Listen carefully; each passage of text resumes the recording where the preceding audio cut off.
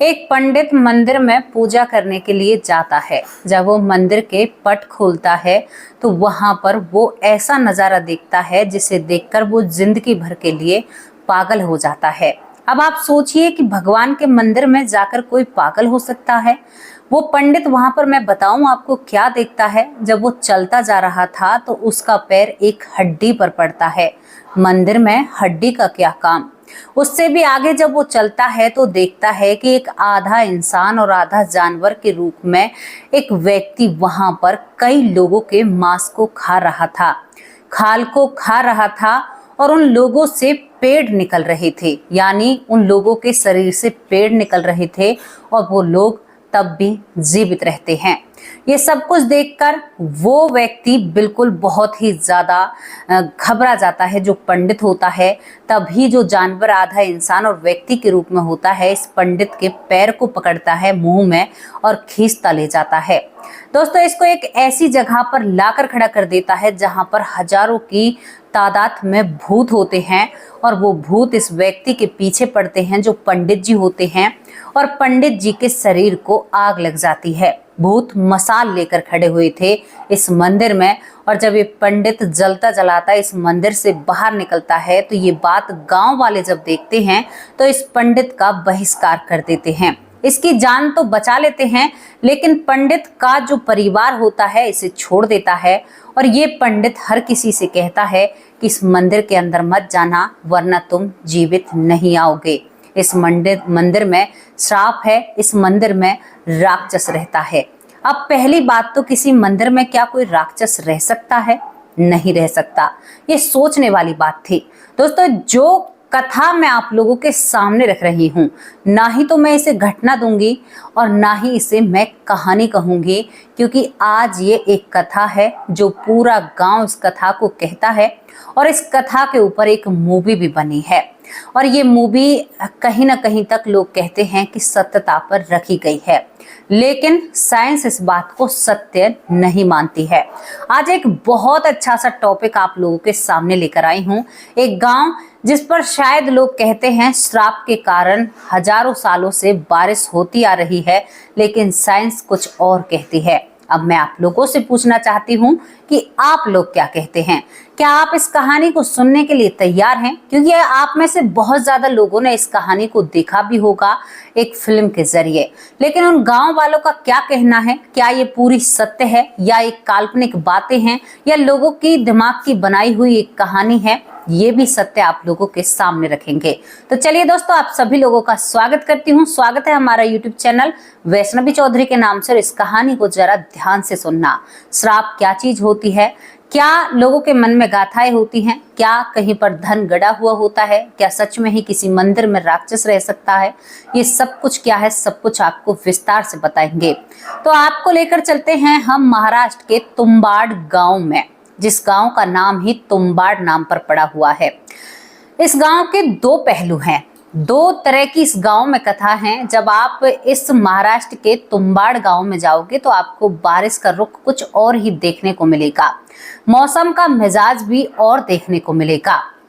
अब इस गांव में जब इस बात के बारे में पूछा जाता है तो जो इस गांव के बुजुर्ग लोग होते हैं वो कहते हैं कि हमारा गांव श्रापित है, हमारे गांव को श्राप लगा हुआ है देवताओं का।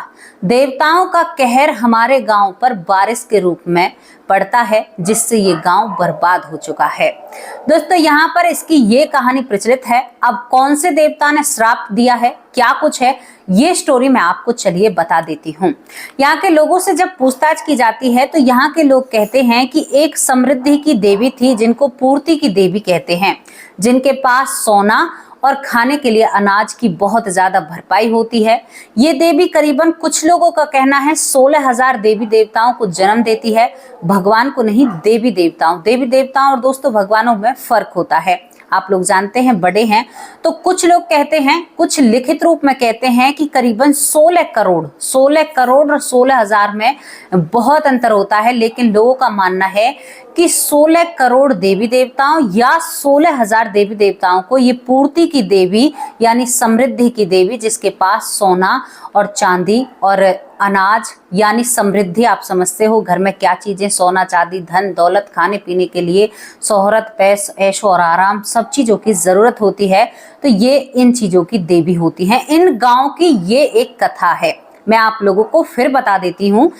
अब यहाँ पर ये गांव के लोग कहते हैं कि जब देवी संतान उत्पन्न करती है या पैदा करती है तो सबसे पहली जो संतान होती है ये हस्तर नाम का एक, अब उन्हें उस समय तो देवता ही कहा जाएगा, यानी ये देवता पैदा हुए थे, 16,000 जो देवी देवता पैदा किए थे, तो सबसे पहली संतान ये होती है। जब देवी अपने बच्चों का बंटवारा करती है तो हस्तर को जब चुनने का मौका मिलता है तो हस्तर सोने को चुनता है, यानी मैं सोना चांदी लेना चाहता हूँ। ठीक है, माँ ने एक अपना फैसला सुना दिया, सभी देवी देवताओं ने, किसी ने जल को, वायु को, इस तरह से इस कहानी को बताया जाता है। अब हस्तर ने जब सोने को चुन लिया था तो इसके बाद अब हस्तर बहुत लालची हो जाता है, सोना सभी की बुद्धि को खराब कर देता है, तो जो हस्तर देवता होता है वो राक्षस बनने में टाइम नहीं लगाता है। अब हस्तर अपनी ही माँ से कहता है कि मैं अनाज को भी लूंगा, यानी मैं जो ये अनाज है इसको भी मैं लूंगा। जब ये बात सभी, इसके मतलब इसकी बहन भाई लगा लो एक हिसाब से, जब सभी देवी देवताओं को पता चलती है तो वो क्रोधित हो उठते हैं, भाई तुमने अपने हिस्से का सोना लिया तो तुम ऐसी चीजें क्यों लेते हो। ये तुम्बाड़ गांव के लोगों की कथा है, मैं इसमें कुछ भी अपनी तरफ से नहीं कह रही हूँ। अब दोस्तों जब यहाँ पर ये होता है तो हस्तर मानता नहीं है, हस्तर जिद पड़ जाता है और सोने चांदी को भी हड़पना चाहता है, मतलब अनाज को भी हड़पना चाहता है। सभी देवी देवता इससे युद्ध करते हैं, ये उन सभी से युद्ध करता है। जब ये युद्ध को हार जाता है तो सभी देवी देवता इसके लिए कहते हैं कि हम इसको कई हिस्सों में बांटेंगे, मतलब इसके शरीर के कई हिस्से करेंगे, तिनकों की तरह इसको बखेरेंगे ताकि ये दोबारा जीवित ना हो सके। लेकिन जो समृद्धि की देवी हैं उन्हें अपने बेटे पर दया आ जाती है। समृद्धि की देवी जो हस्तर होता है इसको सभी से बचाने का प्रयास करती हैं और सभी को आदेश देती हैं, क्योंकि वो इनके बच्चे थे, तो वो कहती हैं कि हस्तर को कोई नहीं मारेगा, हस्तर को आज के बाद ये दुनिया भूल जाएगी, हस्तर की कहीं पर भी पूजा नहीं होगी, और जो समृद्धि की देवी हैं वो हस्तर को अपने कोख में दोबारा रख लेती हैं, यानी अपने गर्भाशय में, और ये मतलब अपने गर्भ में हस्तर को दोबारा रख लिया जाता है।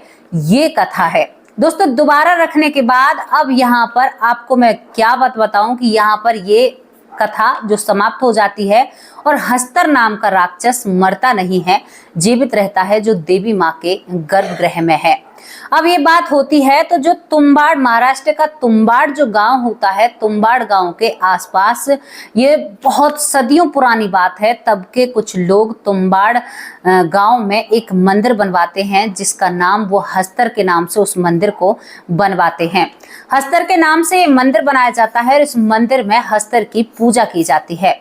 हस्तर इस बात से खुश होकर इस मंदिर में बहुत धन की अपार, कहते हैं कि बहुत अपार धन आता है और उस धन को हस्तर इस गांव में देने की कोशिश करता है, ये सब कुछ कहा जाता है। लेकिन इसके बाद जब सभी देवताओं को ये बात पता चलती है कि एक गांव के लोग हस्तर की पूजा कर रहे हैं तो वो क्रोधित हो जाते हैं। इस गांव का मौसम बिगड़ने लगता है और इस गांव पर हमेशा बारिश होने लगती है। जब लोगों को, जब तक ये बातें समझ में आती हैं, जब तक बहुत देर हो जाती है, लोगों का कहर होता है और गांव वाले इस मंदिर को बंद कर देते हैं। ये गांव वालों की वो कथा है जो मैं आपको बता रही हूँ, जिसके ऊपर मूवी भी बनी है। अब हस्तर की पूजा बंद हो जाती है और यहाँ पर उस मंदिर में कुछ गतिविधियां उलट सुलट होने लगती हैं। इसके बाद यहाँ पर ग्रीस नाम का एक पंडित होता है दोस्तों। इन्हीं के जो पूर्वज होते हैं, मतलब इन्हीं के पूर्वजों ने इस मंदिर को बनाया था। अब ग्रीस नाम का पंडित जो होता है वो हस्तर की पूजा दोबारा करना चाहता है, जैसे उसके बुजुर्गों ने, पुरखों ने की थी। अब यहाँ पर ग्रीस एक मसाल लेकर मंदिर के अंदर जाता है, घंटी लेता है, पूजा की थाली लेता है और मंदिर के दरबार खोलता है, लेकिन अब भी इस पर बारिश होती रहती है। इसके बाद जब ये मंदिर के दरबार खोलता है तो वहां पर ये देखता है कि कई लोगों की अधमरी लाशें पड़ी हुई हैं, जिनमें शायद जान चल रही है, और इसका पैर एक मनुष्य की हड्डी पर पड़ता है जो कि ग्रीस नाम का पंडित होता है। ये घबरा जाता है। अब ये देखता है कि वहीं पर किसी के गुर्राने की आवाज आ रही है और इसकी नजर जब पड़ती है तो देखता है कि आधा मनुष्य, जिसके पैर मनुष्य जैसे थे लेकिन मुंह उसका एक जानवर जैसा होता है, यानी भेड़िए जैसा होता है, और वो इन इंसानों को खा रहा था, इनकी चमड़ी को चबा रहा था। तभी यहाँ पर बहुत सारी जो चमदागड़े होती हैं वो इस पंडित जी के पास से गुजरती हैं और ये पंडित जी घबराकर जमीन पर गिर जाते हैं। जब ये जमीन पर गिरते हैं तो इस राक्षस नुमा व्यक्ति की नजर इस पंडित पर पड़ती है, जो ग्रीस पंडित होता है, और वो इसे खींच ले जाता है पैर पकड़कर और हस्तर की मूर्ति के सामने इसको जाकर पटक देता है और वहां से भाग जाता है। जब वहां राक्षस भागता है तो पंडित देखता है कि वहां पर बहुत सारा सोना चांदी ऐसे रखा हुआ है हस्तर की मूर्ति के नीचे। तो पंडित तो सोने को जल्दी जल्दी अपनी पोटली में भरने लगता है। जैसे ही वो सोने को भरता है तो मंदिर हिलने लगता है। हिलने के बाद ये देखता है कि हजारों की तादाद में इसकी तरफ भूत जो मसाल लेकर बढ़े आ रहे हैं। पंडित घबरा जाता है। घबराने के साथ पंडित उस पोटली को छोड़ता है और दरवाजे की तरफ जैसे ही भागता है तो ये भूत जो होते हैं पंडित के शरीर में आग लगा देते हैं। दोस्तों, जब शरीर जलने लगता है तो पंडित बहुत तेजी से, जो ग्रीस नाम का पंडित होता है, बाहर की तरफ भागता है। बाहर बहुत तेज बारिश हो रही थी और उस बारिश के कारण इसकी जो शरीर में आग जल रही थी वो बंद हो जाती है। जब ये आग बंद हो जाती है तो गांव वालों को जब पता चलता है कि यहाँ पर ग्रीस इस मंदिर को दोबारा खोलता है और इसके अंदर गया है, तो गांव वाले इसका बहिष्कार करते हैं कि भाई तुम्हारे पुरखों की वजह से ये गांव आज तक श्राप झेल रहा है। इस गांव में हमेशा बारिश होती रहती है और तुमने भी यही गलती दोबारा की है। और इसी के बाद इस पंडित, ग्रीस पंडित के जो परिवार के पत्नी और बच्चे होते हैं वो भी इसे छोड़कर चले जाते हैं। दोस्तों, ये पंडित पूरी जिंदगी लगा देता है और कहता है कि इस मंदिर के अंदर कोई नहीं जाना चाहिए और ये इसी के द्वार पर रहकर और यहीं पर सोता है और पागलों जैसी हरकत करता है, लेकिन किसी को भी मंदिर के अंदर जाने नहीं देता है। इससे कोई भी बात नहीं करता है और ये पंडित, जिसका नाम ग्रीस होता है, इसी मंदिर के द्वार पर अपना दम तोड़ देता है। ये पूरी कथा मैंने आपको गांव वालों की बताई। मूवी ने इसमें फेर बदल करके यहाँ पर एक राक्षस दिखाया है जो कि आटे की गोले मांगता है, यानी आटे की लोई मांगता है और उसके बदले वो सोने के सिक्के देता है। यानी मूवी में ये सब कुछ दिखाया गया है। हालांकि मूवी भी बहुत अच्छे से बनाई गई है। एक लालच को दर्शाया गया है कि लालच इंसान को क्या बना सकता है। मूवी में भी ये सारी बातें बताई गई हैं, लेकिन तुम्बाड़ के गांव के लोग इसी बात को बताते हैं और कहते हैं कि सदियों बीत गई इन बातों को और वो मंदिर आज भी जमीन के अंदर है। और मां ने, जो समृद्धि की देवी हैं, उन्होंने हस्तर को अपने गर्भ में रख रखा है ताकि वो तांडव ना कर सकें। ये पूरी कथा है जिसके ऊपर एक फिल्म भी बनी है, जिस फिल्म का नाम तुम्बाड़ है और शायद आप में से कुछ लोगों ने इस चीज को देख भी रखा होगा। दोस्तों, मैंने आपको इसको पूरी जानकारी बताई और यहाँ पर जो भी मैंने आपको बातें बताई, 16,000 या 16 करोड़ ये लोगों की खुद की मान्यता है। अब आपको साइंस की तरफ से मैं ये बातें बताऊं, जो तुम्बाड़ गांव में बारिश हमेशा होती रहती है, इस बारिश का राज साइंस बताती है, क्योंकि साइंस ने फिर इस पर जांच पड़ताल की।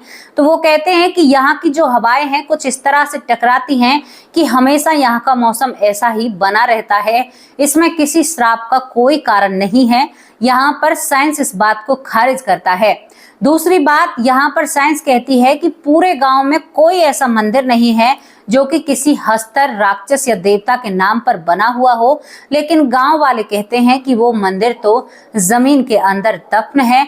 लेकिन साइंस कहती है कि ऐसी कोई भी बात नहीं है, कोई मंदिर जमीन के अंदर दफन नहीं है। कहते हैं कि जो हस्तर है हमेशा भूखा प्यासा रहता है। जो ग्रीस है, ये पंडित भी बताता है कि हस्तर भूखा रहता है और भूख में वो लोगों के शरीरों को चबाता है।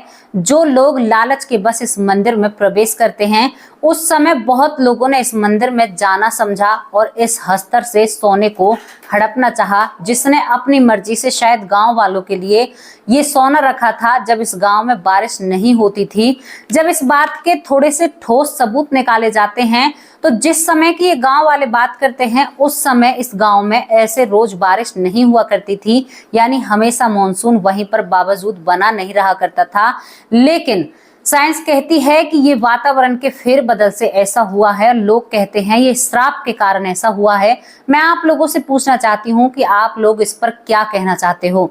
आप साइंस के साथ हो या उन गांव वालों के, उन पटकथाओं के साथ हो जो लोग वो कहते हैं?